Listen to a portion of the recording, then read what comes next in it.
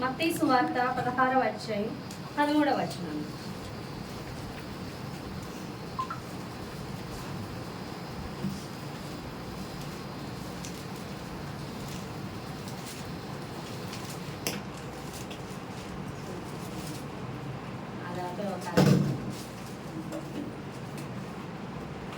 మత్తయి సువార్త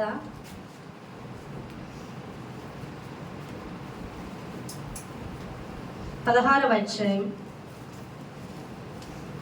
13 నుంచి చదువుతాం. యేసు ఫిలిప్పీయుడైన కైసరియా ప్రాంతములకు వచ్చి మనిషి కుమారుడు ఎవడని జనులు చెప్పుకొనుచున్నారని తన శిష్యులను అడగగా, వారు కొందరు బాప్తిసం ఇచ్చి యోహాననియు, కొందరు ఏలియా అనియు, కొందరు ఇర్మియా అనియు, లేక ప్రవక్తల్లో ఒకడనియు చెప్పుకుంటున్నారని. అందుకు ఆయన, మీరైతే నేను ఎవడని చెప్పుకుంటున్నారని వారిని అడిగాను. అందుకు సీమోను పేతురు, నీవు సజీవుడకు దేవుని కుమారుడు అయిన క్రీస్తు అని చెప్పాను. అందుకు యేసు, సీమోను యోనా, నీవు ధన్యుడవు, పరలోకమందున్న నా తండ్రి ఈ సంగతి నీకు బయలుపరిచితేనే కానీ నరులు నీకు బయలుపరచలేదు. మరియు నీవు పేతురువు, ఈ బండ మీద నా సంగమును కట్టుదును, పాతాళము లోక ద్వారములు దాని ఎదుట నిలువనేరవని నేను నీతో చెప్పుచున్నాను. పరలోక రాజ్యం యొక్క తాళపు చెవులు నీకు ఇచ్చేదను. నీవు భూలోకమందు దేని బంధించదవో అది పరలోకమందును బంధింపబడును, భూలోకమందు దేని విప్పుదవో అది పరలోకమందు విప్పబడునని అతనితో చెప్పాను. చాలమ్మా, హల్లెలూయా. చూడండి, యేసు ఫిలిప్పుదైన కైసరియా ప్రాంతములకు వచ్చి మనుష్య కుమారుడు ఎవడని జనులు చెప్పుకొంచున్నారని తన శిష్యులను అడగగా, వారు కొందరు బాప్తిస్మిచ్చి యోహాననియు, కొందరు ఏలియా అనియు, కొందరు ఇర్మియా అనియు, లేక ప్రవక్తల్లో ఒకడనియో చెప్పుకొనుచున్నారని అందుకైనా మీరైతే నేను ఎవడని చెప్పుకొనుచున్నారని వారిని అడిగాను. అందుకు సీమోను పేతురు, నీవు సజీవుడకు దేవుని కుమారుడు అయిన క్రీస్తు అని చెప్పాను. అందుకు యేసు, సీమోను యోనా, నీవు ధన్యుడు, పరలోకమందున్న నా తండ్రి సంగతి నీకు బయలుపరిచితేనే గాని నరులు నీకు బయలుపరచలేదు. మరియు నీవు పేతురు, ఈ బండ మీద నా సంగము కట్టుదును, పాతాళలోక ద్వారములు దాని ఎదుట నిలవనేరవని నేను నీతో చెప్పుచున్నాను. పరలోక రాజ్యం యొక్క తాళపు చెవులు నీకు ఇచ్చేదను. నీవు భూలోకమందు దేని బంధించు అది పరలోకమందు బంధింపబడు, భూలోకమందు దేని విప్పుదు అది పరలోకమందు విప్పబడినని అతనితో చెప్పాను. హల్లెలూయా. యేసు ప్రభువారు ఒకసారి శిష్యులతో ఏమని అంటారంటే, నేను ఎవరని అనుకుంటున్నారు? నేను ఇలాంటి అద్భుత కార్యాలు చేస్తున్నాను, ఆశ్చర్య కార్యాలు చేస్తున్నాను, కుంటి వాళ్ళని నడిపిస్తున్నాను, గురుటి వాళ్ళని కళ్ళు ఇస్తున్నాను, చనిపోయిన వారిని లేపుతున్నాను. ఇవన్నీ చూసి జనులలో నా మీద ఉన్న అభిప్రాయం ఏంటో మీకు తెలుస్తుంది కదా, చెప్పుకుంటూ ఉంటారు కదా, మీరు వింటారు కదా. ఏమని చెప్పుకుంటున్నారు అని అంటే, వాళ్ళు ఏమని చెప్తున్నారంటే, ఒకళ్ళేమో ప్రవక్త అని, ఇర్మియా అని, లేకపోతే బాప్తిస్మిచ్చి యోహాన్ అని, ఏలియా అని అనుకుంటున్నారు. సర్లే, వాళ్ళందరి సంగతి వదిలేండి, మీరేమనుకుంటున్నారు అని అడుగుతారు. వాడు పేతురు అంటాడు, నువ్వు సజీవుడు అయిన దేవుని కుమారుడివి అని చెప్తే వెంటనే యేసుప్రభువారు అంటారు, ఎస్, ఈ విషయాన్ని నీకు పరలోకమందున్న తండ్రియే నీకు బయలుపరిచాడు. నీకు నరులు ఎవరో చెప్పలా, నీకు మనుషులు బయలుపరిచింది కాదు. ఈ విషయాన్ని నీకు ఎవరు బయలుపరిచారు? దేవుడు బయలుపరిచాడు. కాబట్టి ఈ విషయంలో నీకు బయలుపరిచి ఉన్నాడు. కాబట్టి నీవు బండ, ఈ బండ అనే సంఘం అక్కడ ఏమనుందో చూడండి. మరియు నీవు పేతురు అంటే ఏంటి? ఇక్కడ బండ అని అర్థం అంటున్నారు. హల్లెలూయా. చూడండి, అక్కడ పేతురు అంటే మూడోది, పేతురు అనే శబ్దమునకు రాయి అని అర్థము. ఈ బండ మీద అంటే ఈ పేతురు మీద, ఈ బండ మీద నా సంఘమును కడతాను, దీని ఎదుట పాతాళలోక ద్వారములు నిలబడవు. నీవు పరలోకమందు వేటిని బంధిస్తావో అది భూమి మీద బంధింపబడుతుంది, పరలోకమందు వేటిని విప్పుతావో అవి భూమి మీద విప్పబడతాయి అని దేవుడు చెప్తున్నాడు. దాని అర్థం ఏంటంటే, నేను ఎవరైనా అనుకుంటున్నావు అన్నప్పుడు నువ్వు సర్వోన్నతుడైన దేవుని కుమారుడు, సజీవుడు అయిన దేవుని కుమారుడు అంటే ఇది దేవుడే నీకు బయలుపరిచి ఉన్నాడు అంటున్నారు. చూడండి, దాని ప్రత్యక్షత అంటారు. ఏమంటారు? ప్రత్యక్షత. నా వైపు చూస్తూ వినండి, ఏమంటారు దీన్ని? దేవుడు నీకు ఏదైతే ఒక విషయాన్ని దేవుని గురించి బయలుపరుస్తాడో, జాగ్రత్తగా ఈ పాయింట్ వినాలి. ఈ పాయింట్ మీదే మెసేజ్ అంతా ఉంటుంది. మీరు ఈ పాయింట్ నిర్లక్ష్యం చెప్తే ఇంకా వేస్ట్, మెసేజ్ అంతా వినడం. అర్థమవుతుందా? దేవుడు ఏ విషయాన్ని అయితే మీకు బయలుపరుస్తాడో క్రీస్తుని గూర్చి దాన్ని ప్రత్యక్షత అంటారు. అర్థమవుతుందా? మీకు తెలియని విషయాన్ని ఒక ఎగ్జాంపుల్, ఇది ఉందనుకోండి, ఈ డబ్బా ఇలా పట్టుకో. ఈ డబ్బా మీద ఏదైనా క్లాత్ ఇలా మూసేసాం, దీన్ని ఇలా తీస్తే అది డబ్బా అని అర్థమైంది. అర్థమవుతుందిగా? ప్రత్యక్షత అంటే అలాగే ఉంటుంది. మీకు తెలియదు, ఆ తెలియని విషయాన్ని క్రీస్తు గురించి బయలుపరచడమే ప్రత్యక్షత అంటారు. ఈ ప్రత్యక్షతలు ఎవరైతే కలిగి ఉంటారో, అంటే క్రీస్తును కూర్చున్న ప్రత్యక్షతలు ఎవరైతే ఎక్కువ తెలుసుకుంటూ ఉంటారో వారి ఎదుట పాతాళలోక ద్వారములు నిలవు, అంటే సాతాను శక్తులు వారి మీద వారి యొక్క పని చేయలేవు. అర్థమవుతుందండి? వారి ద్వారా అద్భుతాలు జరుగుతాయి. వారి ద్వారా సంఘాన్ని దేవుడు కడతాడు.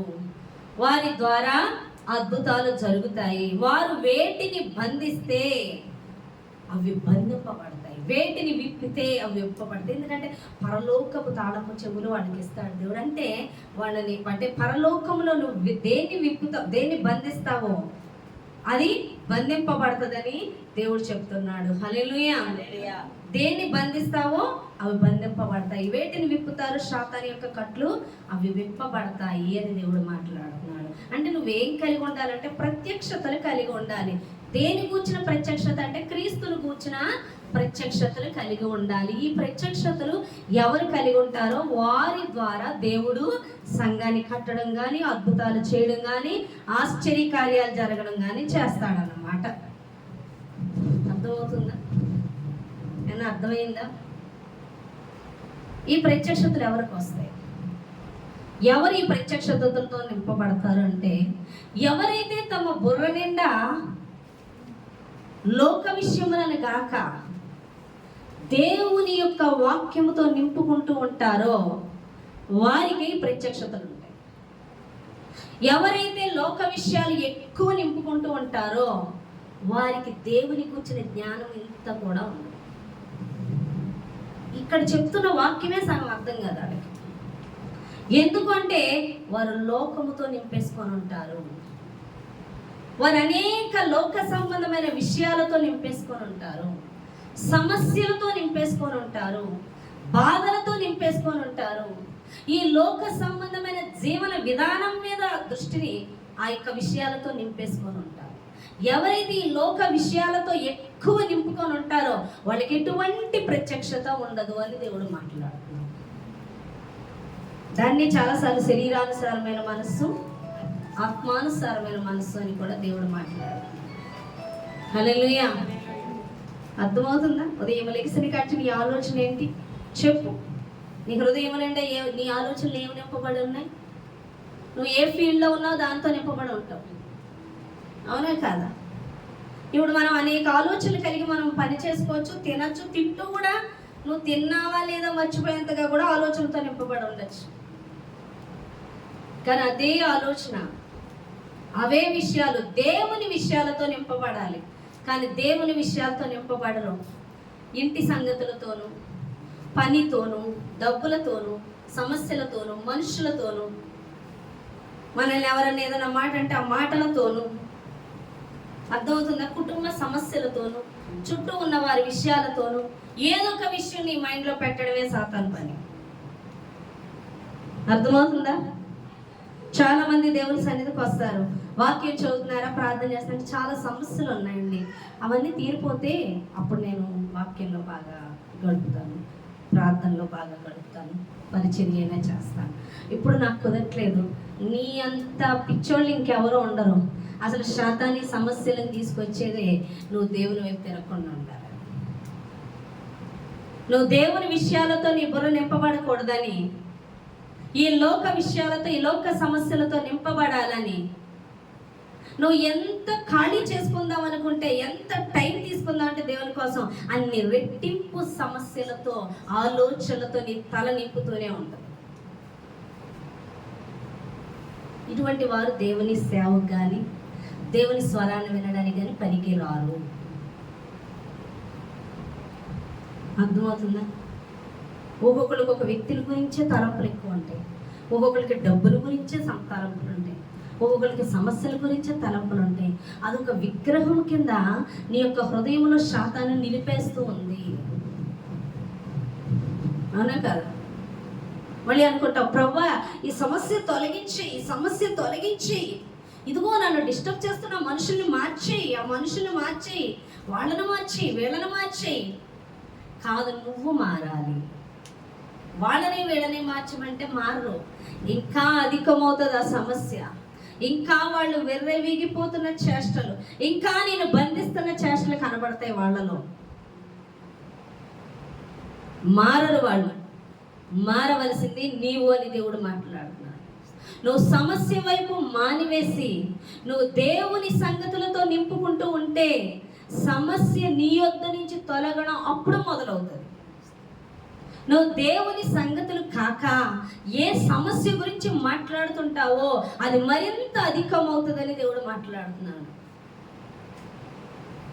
అందుకే ఎక్కువ వాక్యాన్ని ధ్యానించు, ఎక్కువ వాక్యాన్ని మాట్లాడు, ఎక్కువ వాక్యాన్ని చదువు, ఎక్కువ వాక్యాన్ని విను. నీ హృదయం అంతా కూడా వాక్యంతో నింపుకో. అప్పుడే అద్భుతాలు జరుగుతాయి, అప్పుడే ఆశ్చర్య కార్యాలు జరుగుతాయి అని దేవుడు మాట్లాడుతున్నాడు. వాళ్ళకి వాళ్ళు సిద్ధపడరు, నోటితో చాలా మాటలు చెప్పేస్తారు. అలా ప్రార్థన చేస్తాం, ఇలా ప్రార్థన చేసేస్తాం. నీ బుర్ర నిండా అనేక ఆలోచనలు ఉంటే నీ ప్రార్థన కొంచెం కూడా దేవుని వద్దకు వెళ్ళదు. ఎందుకంటే నువ్వు ఆత్మ సంబంధమైన ఆలోచనలతో నువ్వు నింపబడి లేవు, లోక సంబంధమైన విషయాలతో నింపబడి ఉన్నావు. నువ్వు నింపబడవలసింది దేని గురించి కాదు, ఒక దేవుని గురించిన విషయాలతోనే నింపబడి ఉండాలి. అందుకే పేతురు వాళ్ళు తమ వలలు విడిచి యేసుని వెంబడించినప్పుడు వాళ్ళు యేసుని గాక, యేసు మాటలను గాక మరి లోకాన్ని చూచిన వారిగా వాళ్ళు లేరు. వారెంతసేపు దేవుని మాటలు, దేవుని అద్భుతాలు, దేవుని ఆశ్చర్యకార్యాలు చూడగలుగుతున్నారు కాబట్టి వాళ్ళకి ఆ ప్రత్యక్షతలు దేవుడు కలుగ చేస్తున్నారు. ఆయన్ని చూడగలిగి ఉన్నారు, ఆయన ఎవరో తెలుసుకొనగలిగి ఉన్నారు. ఈరోజు ఈ లోకానికి నువ్వు ఏమై ఉన్నావు అంటే వెలుగై ఉన్నావు. నువ్వు లోకానికి ఎవరిని చూపించాలంటే దేవుణ్ణి చూపించాలి. నువ్వు దేవుణ్ణి చూపించాలంటే దేవుడు ప్రత్యక్షతలు నీకు రావాలి. దేవుని ప్రత్యక్షతలు నువ్వు కలిగి ఉండాలి అంటే నువ్వు హృదయం అంతా వాక్యముతో నింపబడాలి. ఆయన చెప్పే సంగతులు వినగలిగే వ్యక్తిగా ఉండాలి. కానీ నువ్వు లోకమంతా నింపేసుకొని వెళ్ళి ప్రభువా అంటే నీతో మాట్లాడడానికి అపవాదిగాడు మాట్లాడతాడు, కానీ దేవుడు మాట్లాడు. అపవాదిగాడు వాక్యాన్ని తానే వెలుగుదూత వేషము ధరించి వస్తాడు, తానే యేసు ప్రభులా వస్తాడు. ఈరోజు వెలుగుదూత సంబంధులు అనేకులు ఉన్నారు, అనేకులు. వెలుగుదూత మీదకి వస్తుంది, మాట్లాడుతుంది, ఏటో చేస్తుంది. అది వెలుగుదూత సంబంధులు గర్వాంధులే ఉంటారు, గర్వముతో నింపబడి ఉంటారు. వాళ్ళు గర్వముతో మాట్లాడతారు, నాకు అది తెలుసు, నాకు ఇది వచ్చు, నాకు ఇలా మాట్లాడేస్తాడు, అలా మాట్లాడేస్తాడు, ఇది చెప్పేస్తాడు, అది చెప్పేస్తాడు, నేనంటే పెద్ద ఇది అని చెప్తూ ఉంటారు. అది వెలుగుతో మాట్లాడిస్తూ ఉంటుంది. ఆత్మ సంబంధాలు అలా కాదు. వారి శరీరములో చచ్చిపోయి ఉంటారు. వారు మాట్లాడుతూ ఉంటే మనలో కూడా మార్పు వస్తుంది. ఎవరైతే ప్రత్యక్షతలు గ్రహిస్తుంటారో యేసు ప్రభువాన్ని, వారికి మారు మనసు కలుగుతుంది. వారి శరీరానుసారమైన గర్వంతో లోక సంబంధమైన ఆశలు వాళ్ళ నోటి వెంట రావు. అందుకే ఒకే జల నుండి ఉప్పు నీరు మంచి నీరు వస్తుందా అని దేవుడు మాట్లాడతారు. కాసేపు మందిరంలో ఉన్నంతసేపు దేవుడు మాటలు మాట్లాడేస్తారు. అని అలా ఉద్యోగం బయటికి వెళ్ళాక అంత చల్లబడిపోద్ది, మళ్ళీ లోకమే. అర్థమవుతుందా? నువ్వెక్కడికి వెళ్ళినా ఆ జీవం కలిగిన దేవుని మాటలే, ఆ ఉద్యోగమే, ఆ ప్రత్యక్షతే, ఆ యొక్క వేదనే నీలో ఉంటుంది. ఎందుకంటే ఆ ప్రత్యక్షతలు నీలో మార్పును కలుగు చేస్తాయి, నీలో మారు మనసు కలుగుతాయి. కానీ ప్రత్యక్షతలు లేని వాళ్ళు ఎలా ఉంటారంటే, ఒక్కొక్కరు చూడండి, మ్యూజిక్ కొడితే ఉద్యోగం వచ్చేసి, ఆరాధన చేస్తున్నాడు ఉద్యోగం వచ్చేసి, వాకింగ్ చెప్పేటోడు ఉద్యోగం వచ్చేసి, బయటికి వెళ్ళగానే వదిలేసి మళ్ళీ తమ పనిపాటల యందు నిమగ్నం అయిపోతారు. వాళ్ళు ఎటువంటి ప్రత్యక్షత కలిగిన వారు కాదు, వారు లోక విషయాలతో నింపబడిన వారు. వారు తమకు తాము మేము భక్తి పనులు అనుకుంటున్నప్పుడు శాతాన్ అదే సమయంలో వచ్చి మన బలంగా వాడుకుంటారు. శాతాని వాక్యం తెలీదా ఏంటి? తెలుసు. శాతాని వాక్యం తెలియకపోవడం బాగా తెలుసు. కానీ క్రీస్తుకు లొంగనివ్వకుండా, క్రీస్తు నీలో లేకుండా నీతోనే నేను నింపేస్తాను శాతాన్ని. నాకు అన్నీ తెలుసు, నాకు వాక్యం తెలుసు, నాతో దేవుడు మాట్లాడతాడు, నా ద్వారా అద్భుతాలు జరుగుతాయి, నేను ప్రార్థన చేస్తే స్వస్థతలు వచ్చేస్తాయి, నేను అది చేస్తే వచ్చేస్తాయి, నేను ఇది చేస్తే వచ్చేస్తాయి, నా ప్రార్థన దేవుడు ఆలకించేస్తాడు అన్న భ్రమలో జీవింప చేస్తూ, నేను అనే దానితో నింపేస్తూ, అదొక విగ్రహారాధన కింద నేను శాతాన్ని నింపేస్తూ ఉంటుంది నీవు అనే దాంతో. అర్థమవుతుందా? నీకు ప్రత్యక్షత యేసుని గురించి ఎప్పుడైతే కలుగుతుందో, యేసుని గూర్చిన విషయం నీకు ఎప్పుడైతే తెలుస్తూ ఉంటుందో, నువ్వేమవుతావు అంటే మారు మనసు పొందుకుంటావు. నీలో మారు మనసు కలుగుతుంది. నువ్వు పాత జీవితాన్ని కాక నూతన జీవితాన్ని మొదలు పెడతావు. ఒక వ్యక్తికి అలాగే దేవుడు మాట్లాడాడంటే, మరి నువ్వు లోకానికి వెలుగై ఉన్నావని మాట్లాడాడంట. ఎప్పుడైతే మాట్లాడాడో, ఈ లోకానికి వెలుగై ఉన్నాడని దేవుడు మాట్లాడుతున్నాడని దాన్ని గూర్చి, వాక్యమును గూర్చి ప్రార్థన చేస్తూ దేవుడిని అడిగినప్పుడు ఆయన వాక్యంలో బలపడ్డాడంట. ఆయన బలపడినప్పుడు దేవునికి ఒక స్వరం వినిపించాడంట. తను ఒక ప్లేస్కి వెళ్ళమని పరిచర్యకి. అది ఏ ప్లేసో కూడా అతనికి తెలియదంట. ఆయన మ్యాప్లో చూసుకుని ఆ ఊరు ఉందో లేదో కూడా ఆయనకి తెలియదంట. ఆయన మ్యాప్లో చూసినప్పుడు ఆ ఊరు ఉందంట. దేవుడు ఎల్లమనగానే ఆ రాత్రే 2 చేతుల పట్ల చదువుకొని వెళ్ళిపోయాడంట పరిచర్యకి. అయినా అది చలిగాల ప్రదేశం అని కూడా తెలియకపోయినా 3 రోజులు అదే రైల్వే స్టేషన్లో ఉంటూ అక్కడ భాష కూడా రాక 1 నెల రోజుల్లో ఆ భాష నేర్చుకుంటూ భక్తిగల దైవజనుల దగ్గరికి వెళ్ళాడంట. ఆయన గొప్ప పరిచర్య చేస్తున్నాడు. కారణం, ఆయన దేవుడు మాట్లాడినప్పుడు వెంటనే లోబడిన వ్యక్తిగా ఉన్నాడు. చాలామంది లోబడరండి, దేవుడు చెప్పింది చెయ్యరు. నువ్వు ఎప్పుడైతే చెప్పింది చేయవో అప్పుడే నువ్వు అవిధేయత కలిగిన వ్యక్తివి. నువ్వు ఎప్పుడైతే దేవుడు ఒక మాట చెప్పాడో లోబడాలి. నువ్వు చెప్పింది వెంటనే చెయ్యకపోతే నీకెంత కోపమో. దేవుడు చెప్పింది చేయకపోతే పరిస్థితి ఏంటో ఆలోచించు. నువ్వు దేవుడు చెప్పింది లోబడవు, కానీ నువ్వు చెప్పింది మాత్రం ఇతరులు లోబడిపోవాలి.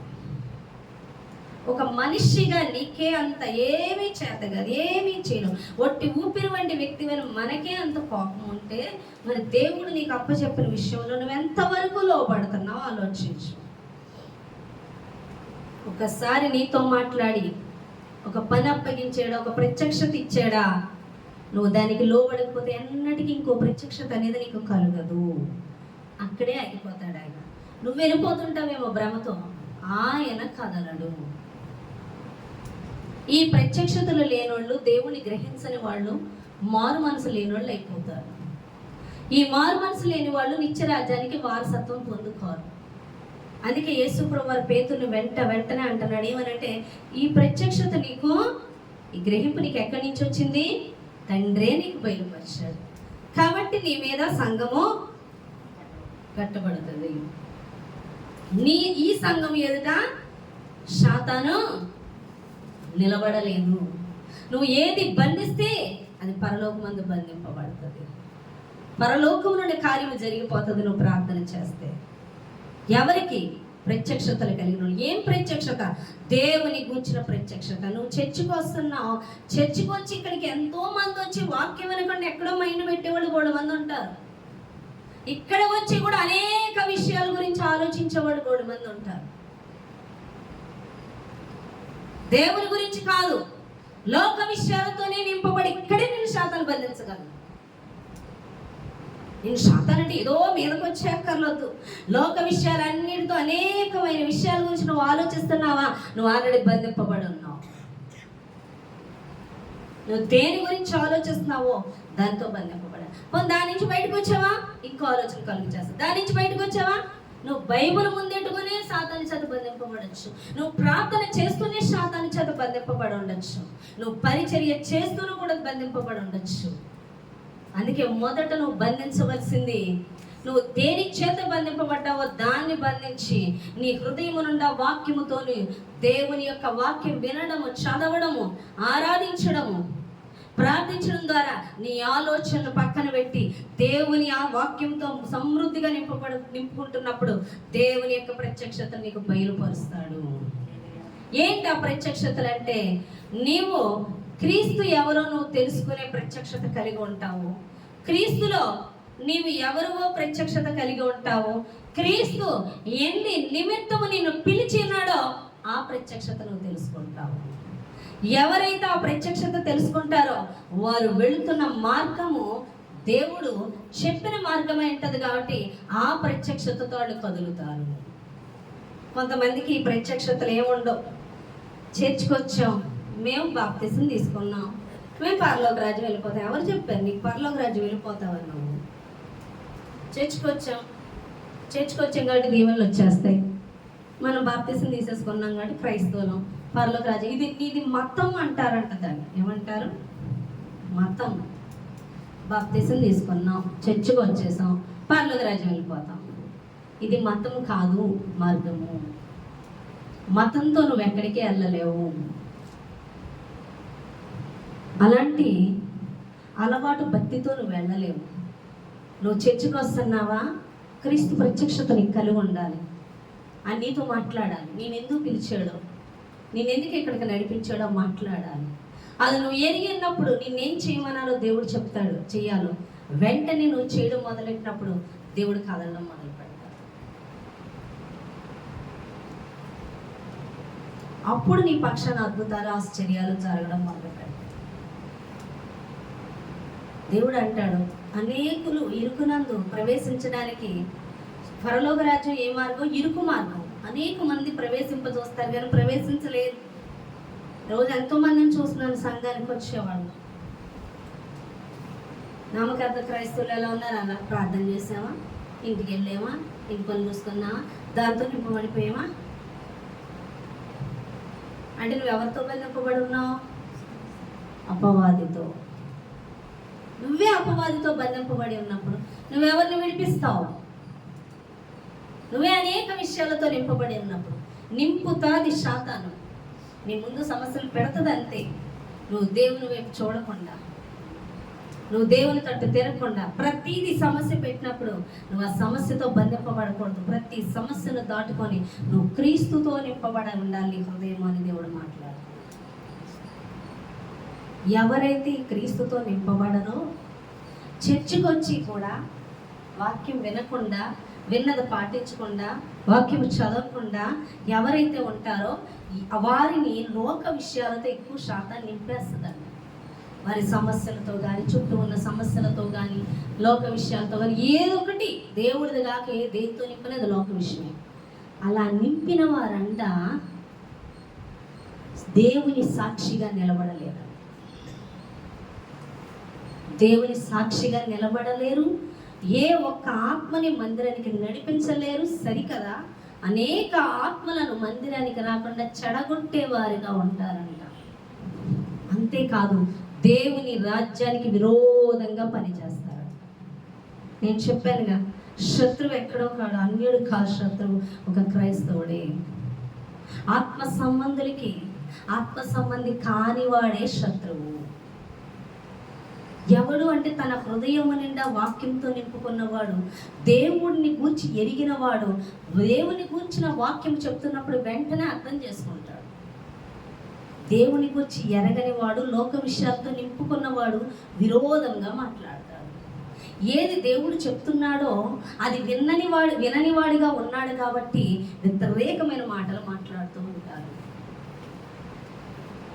దేవుడు ఇలా చెప్పాడు. ఎప్పుడైనా వాళ్ళని గద్దించామనుకోండి, దేవుడు వాళ్ళకి బయలుపరిచి పిలిచి, దేవుడు నీ కోసం ఇలా చెప్తున్నాడంటే వెంటనే వాళ్ళకి వ్యతిరేకంగా మారడం మొదలు పెడతారు. ఉన్నారు. ఎందుకంటే వాళ్ళు లోక విషయాలతో నింపబడి ఉన్నారు, దేవునితో సహవాసం చేసిన వారుగా లేరు. కాబట్టి దేవుని ప్రత్యక్షతలు ఏంటో దేవుడేంటో ఎరగని వారుగా, దేవుడి నుంచి స్వరాన్ని వినని వారుగా ఉన్నారు. కాబట్టి వాళ్ళని గద్దించిన వెంటనే వ్యతిరేకంగా మాట్లాడడం మొదలు పెడతారు. అది ఎవరంటే వాళ్ళు లోక విషయాలతో నింపబడి ఉన్నారు. కాబట్టి నన్ను అంటారా, ఇలా అంటారా, దేవుడు ఇలా మాట్లాడతాడా, దేవుడు అలా చేస్తాడా, దేవుడు ఇలా చెప్తాడా అంటారు. ఎందుకు నువ్వు ఏకీభవించలేకపోతున్నావు అంటే దేవుని స్వరాన్ని వినిన వ్యక్తిగా నువ్వు లేవు. కాబట్టి దావీదు దేవుని స్వరాన్ని విన్న వ్యక్తిగా ఉన్నాడు. కాబట్టి నాతాన్ అనే ప్రవక్త వచ్చి గద్దించినప్పుడు లోబడ్డాడు, సరి చేసుకున్నాడు. ఎందుకంటే దేవుని స్వరాన్ని వినిన వ్యక్తిగా ఉన్నాడు, దేవుని ప్రత్యక్షతలు ఎరిగిన వ్యక్తిగా ఉన్నాడు.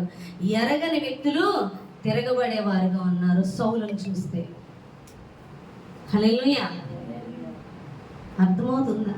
వినిన వారు ఏకీభవిస్తారు, సేవకులు చెప్పినప్పుడు లోబడతారు, సరి చేసుకుంటారు.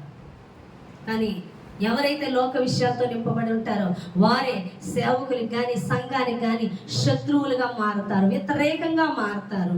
దేవుడు ఏది చెప్పాడో దానికి వ్యతిరేకంగా మాట్లాడతారు. ఎందుకంటే వాళ్ళ దేవుని ప్రత్యక్షత కలిగి లేరు. కాబట్టి దేవుడు ఇలా చెప్పాడా, అలా చెప్పాడా?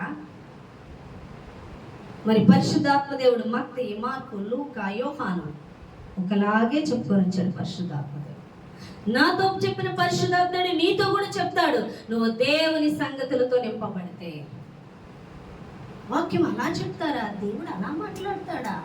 నిజమా అని నువ్వు ఎందుకు అనుకుంటున్నావు? నీతో ఎందుకు మాట్లాడలేదంటే నీ బుర్ర నిండా నింపుకునేటంటే నిన్నుకు వచ్చి, నీ ఇంటికి వచ్చి, నీ చుట్టుపక్కలకు వచ్చి, నీ లోకానికి వచ్చి నువ్వు ఎంత విస్తారంగా నీ బుర్రకి ఎక్కించుకుంటావో అంతగా నువ్వు దేవుని ప్రత్యక్షతలు కోల్పోతావు. తెలీదు నీకు దేవుని ప్రత్యక్షత అంటే ఏంటో. క్రీస్తును వచ్చిన అవగాహన రాదు. నువ్వు చచ్చే వరకు సంఘానికి రా, నీకేమీ తెలియదు దేవుని కోసం. ఒక్కోసారి పడుతుంది ఒక్కొక్కళ్ళ వాక్యం.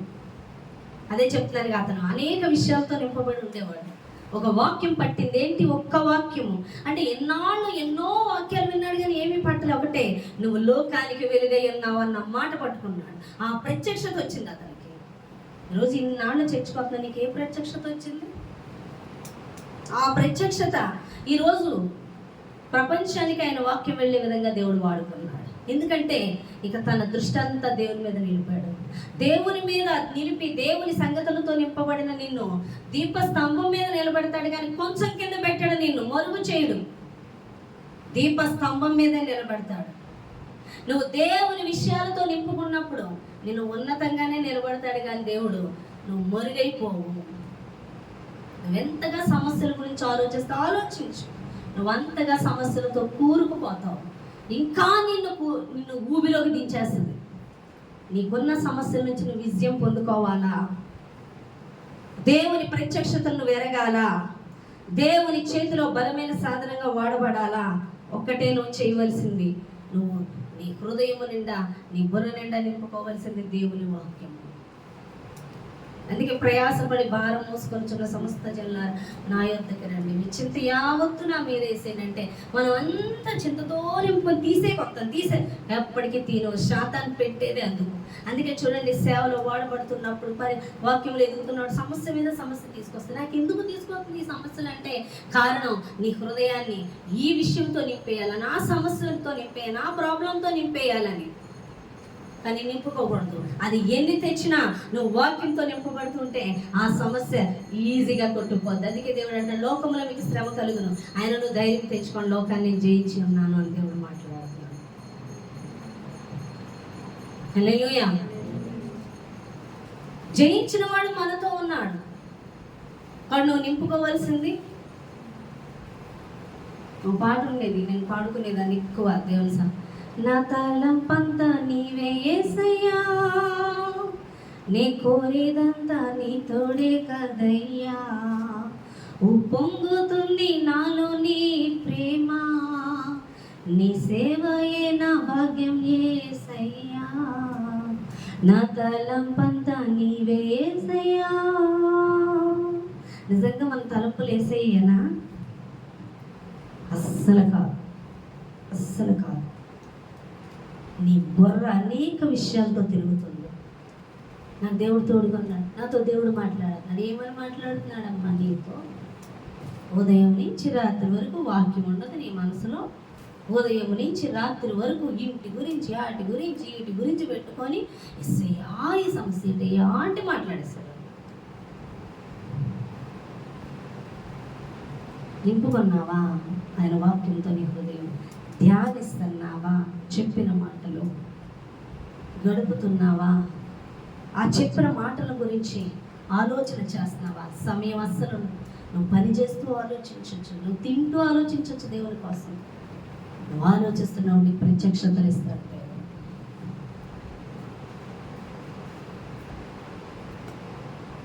అర్థమవుతుంది?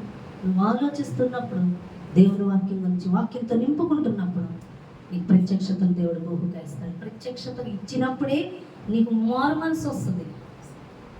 దేవుడు అంటే భయము కలుగుతుంది, జ్ఞానము కలుగుతుంది.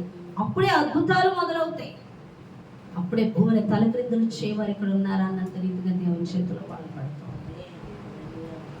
దినాన్ని నీకు ప్రత్యక్షతలు ఉన్నాయా? ఒక్క ప్రత్యక్షతలో ఉందా? ఒక్క ప్రత్యక్షత లేదు. ఎందుకో తెలుసా? నీ హృదయం దేనితో నింపబడిందని ఎవరో నీకే తెలుసు.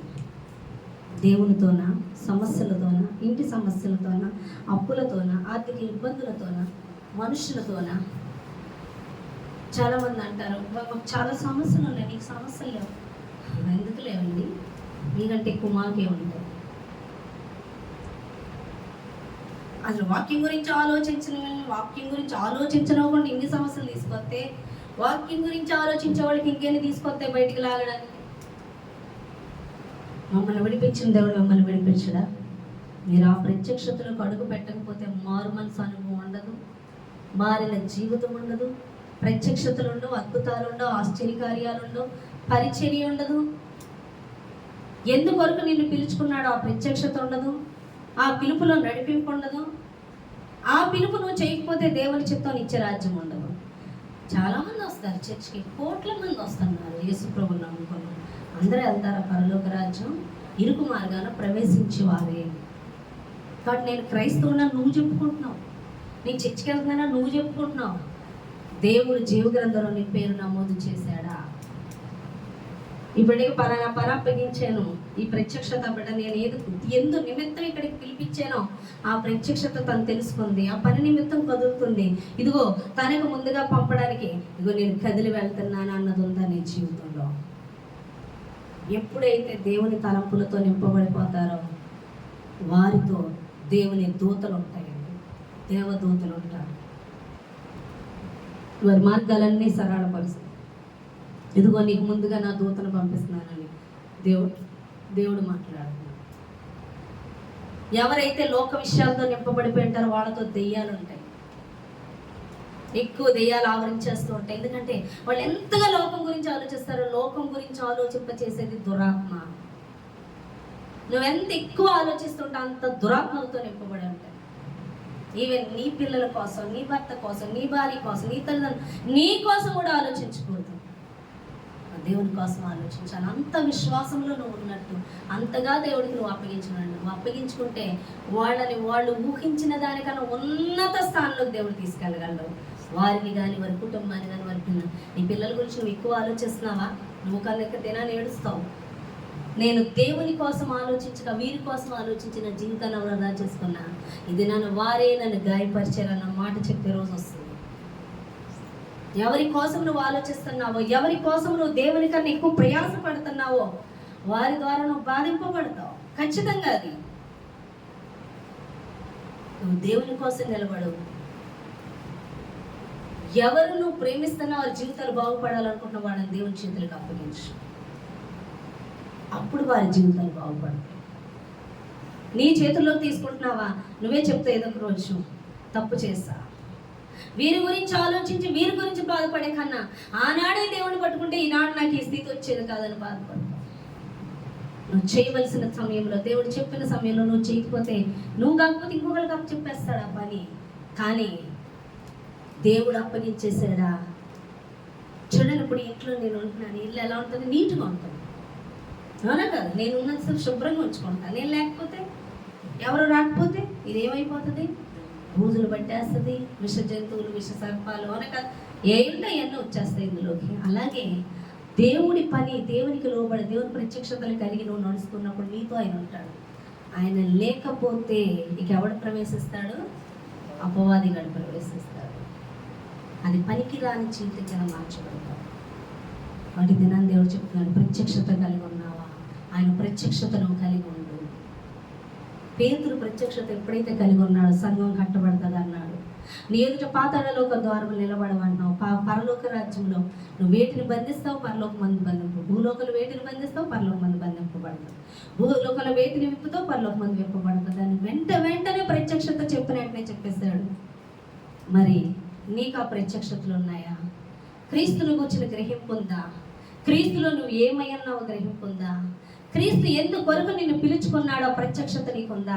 ఆయన పిలుచుకున్నది నీకు అప్పగించిన దాంట్లో నువ్వు నడుస్తున్నావా, లేదా నీకు తోచింది నువ్వు చేసుకుంటూ వెళ్ళిపోతున్నావా? అది పరలోక రాజ్యంలో కనబడుతుందా? ఒకసారి ఆలోచించు. నువ్వు లోక విషయాలతో ఎక్కువ నింపబడి ఉంటుంది, ప్రత్యక్షత ఒక్కటి కూడా రాదు. నువ్వు నింపుకోవలసింది దేవుని విషయాలతో, వాక్యముతో, వాక్యం వినడంతో. అప్పుడు నీకు ప్రత్యక్షతలు వస్తాయి. ఆ లైఫ్ ఆశీర్వాదకరమైన లైఫ్. అది ఏదో బైబిల్ తీసేది, ఏదో చదివేసాను. 3 మంది చదువుతారు బైబిల్. ఎంతమందికి మారు మనసు ఉంటుంది? మనమే అనుకుంటాం క్రైస్తవులని. ఎందుకని? వాళ్ళకి మారు మనసు లేదు. ఎందుకు లేదు? ప్రత్యక్షత లేదు. వారికి అనుకూలంగా ఉంటే ఒకలా మాట్లాడతారు, అనుకూలంగా లేదు ఒకలా మాట్లాడారు. వాళ్ళకన్నా క్రైస్తవుల కన్నా అందులో బెటర్ అనే మాటలు మనకు వస్తుంటాయి క్రైస్తవులు చూసి. ఎందుకంటే వాళ్ళకి ప్రత్యక్షతలు లేవు. ప్రత్యక్షత కలిగిన వాడు మారు మనసు ఉంటుంది. క్రైస్తవులకు దేవుని ప్రేమ అంటే ఏంటో చూపించగలుగుతారు. నువ్వు లోక విషయాలతో చర్చకొచ్చి కూడా నింపుకుంటున్నావా? నువ్వే దేవుని సేవకులకి విరోధంగా, సంఘానికి విరోధంగా మార్చబడతావు. దేవుని వాక్యానికి విరోధంగా బయటికి వెళ్ళి మాట్లాడతావు. లోన వింటావు, బయట సడుక్కుంటావు, గొడుక్కుంటావు. ఎందుకంటే నువ్వు దేవుని ప్రత్యక్షతలు ఎరగట్లేదు. నువ్వు లోక సంగతులతో నింపుకుంటున్నావు కాబట్టి దేవుని వాక్యానికి విరోధంగా నువ్వు మాట్లాడుతూ ఉంటావు. అపవాది నీ చేత మాట్లాడిస్తూ ఉంటుంది. వాడు ఏ ప్రత్యక్షత కలిగి ఉన్నావని దేవుడి దినాన్ని మాట్లాడుతున్నాడు. మన హృదయాన్ని పరిశీలన చేసుకుందాం. నువ్వు ప్రత్యక్షత కలిగి ఉన్నావా? ఒకసారి హృదయ పరిశీలన చేసుకో.